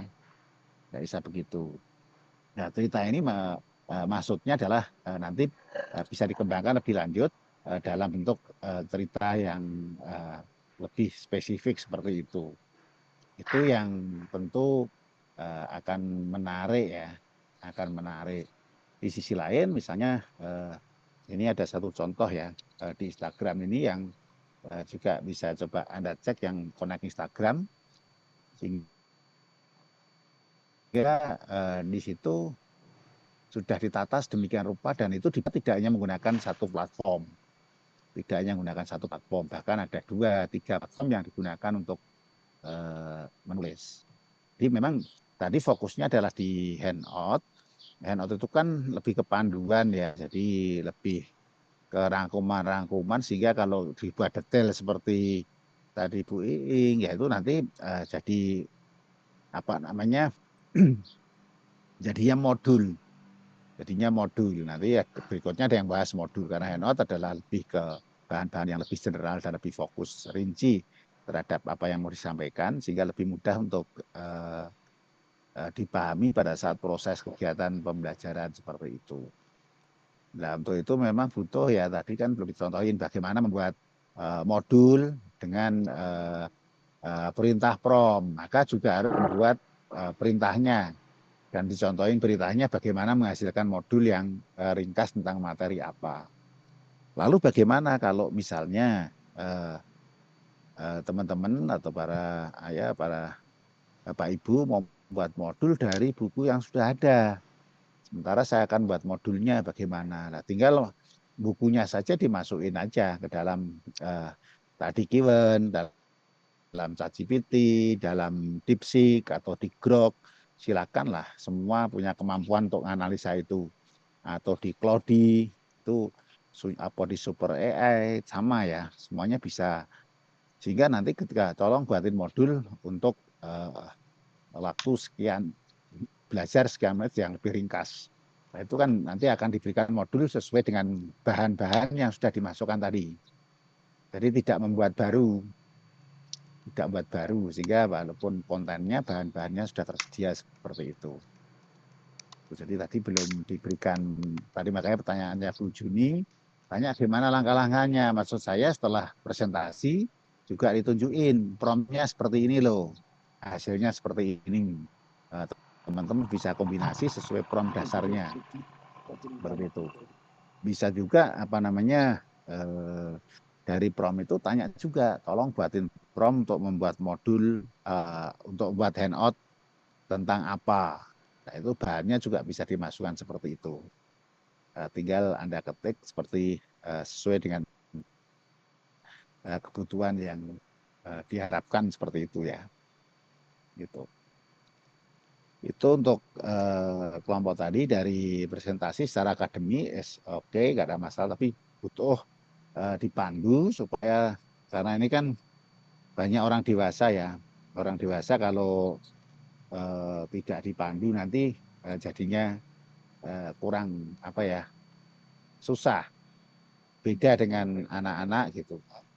Nah, contoh tadi kalau dari storytelling salah satunya itu ada di dalam storytelling dalam bentuk animasi video yang dibuat, salah satu contoh tadi di pengembangan bahan ajar yang untuk SMP SMA ya, tapi itu kan untuk anak-anak juga gitu. Ada pertanyaan?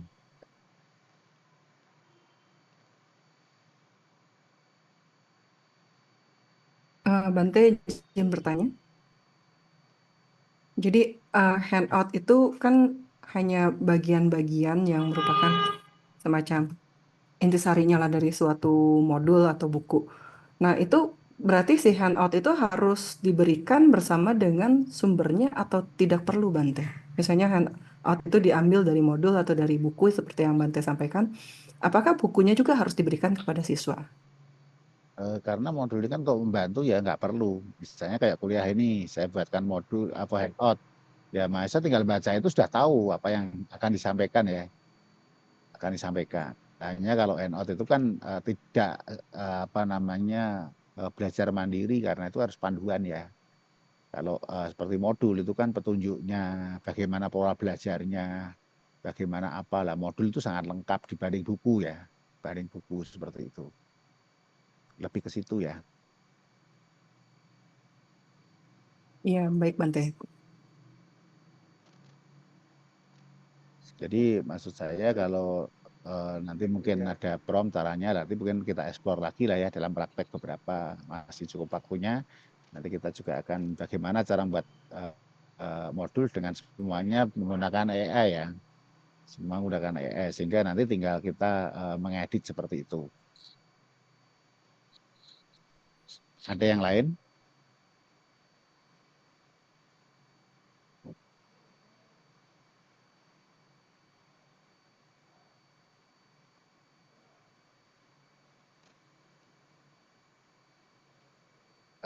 Kalau tidak ada, mohon maaf ini baterai saya tinggal 6 menit, baterainya nanti putus setengah jalan karena saya tidak connect dengan internet ya, tidak connect dengan listrik gitu.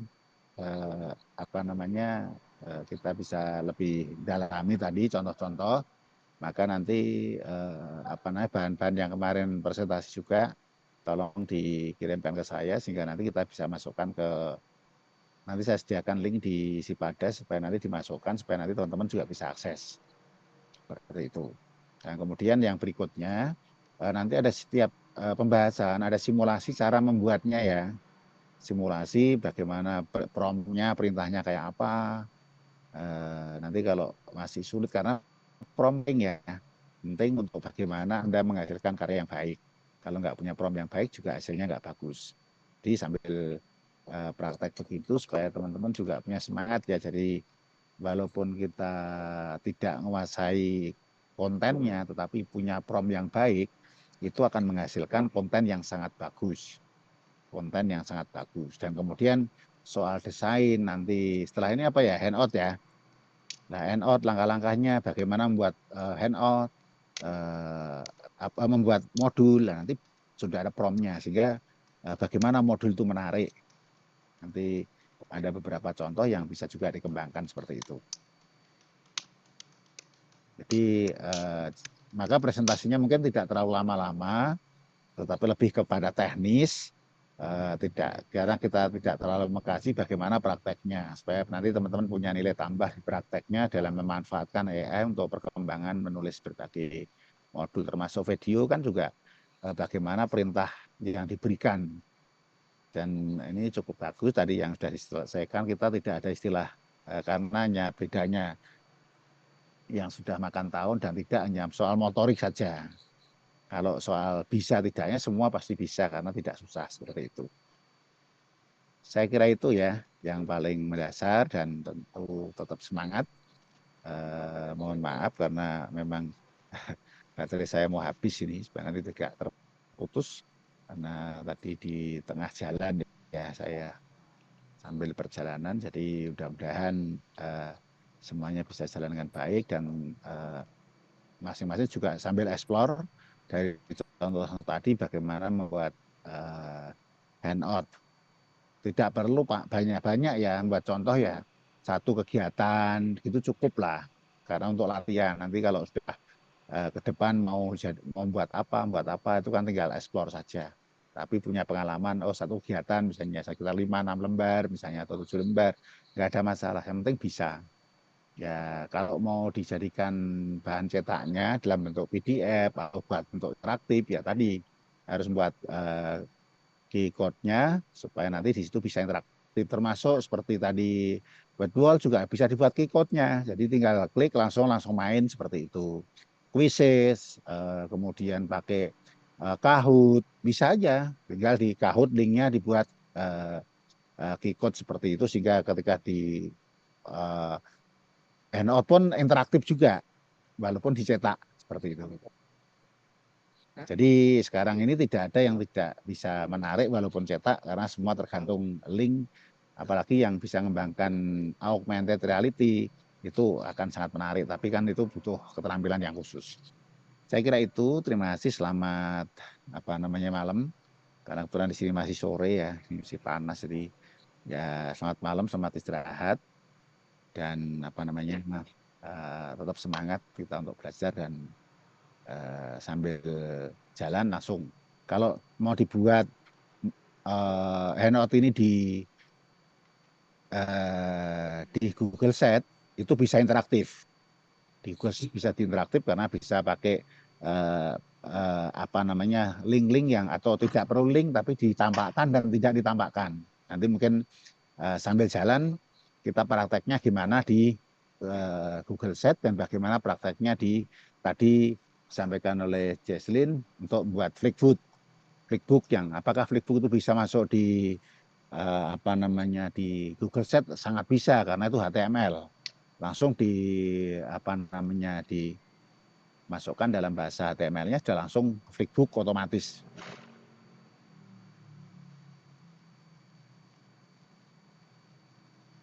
Baik, Bante. Sepertinya sudah habis baterai. Iya, betul. Oke, baik. Terima kasih teman-teman. Selamat mencoba pembuatan handout-nya ya, karena Bante sudah informasikan setiap di akhir presentasi kita juga harus mencoba. Jadi tadi sudah dipresentasikan untuk pembuatan handout, kita juga nanti masing-masing boleh mencoba membuat handout seperti yang Bante sampaikan, 6 atau 7 halaman itu sudah cukup. Oke, terima kasih teman-teman. Selamat malam. Kita ketemu lagi nanti di hari Senin. Namo Sang Hyang Adibudaya, Namo Buddhaya. Namo Buddhaya. Terima kasih Bu Eri. Selamat malam. Namo Buddhaya.